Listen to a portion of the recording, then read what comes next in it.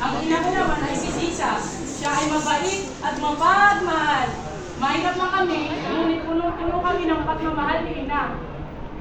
Kanyang kuya ang mga sakristan sa parokya ng San Diego. Ako pa sa kapagtutog ng kampana. Kuya, bilisan mo! Uwi na tayo! Balita ko'y naganda si nanay ng masarap na pagkain para sa ating pagbalik. Bilisan mo naman. Matagal na rin ang huli tayo. Matagal na rin ang huli natin dyan hindi nakita. Bilisan mo naman dyan, kuya.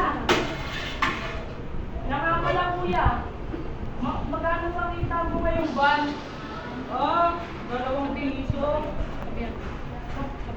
Matagal pa yun. Bala ko sanang bayaran yung bibinitang naninakaw ko. Hindi mo? Sapat pa ba yun? Papabidyo. Ayoko kasing malaman nito ni nanay, baka pagalitan ako. Pero, alam mo kuya, hindi naman talaga ako yun eh. Hindi nga ako yun. Ang galing. Hindi nga ako yun. Hindi nga ako marunong magbilang at saka wala akong alam sa pera.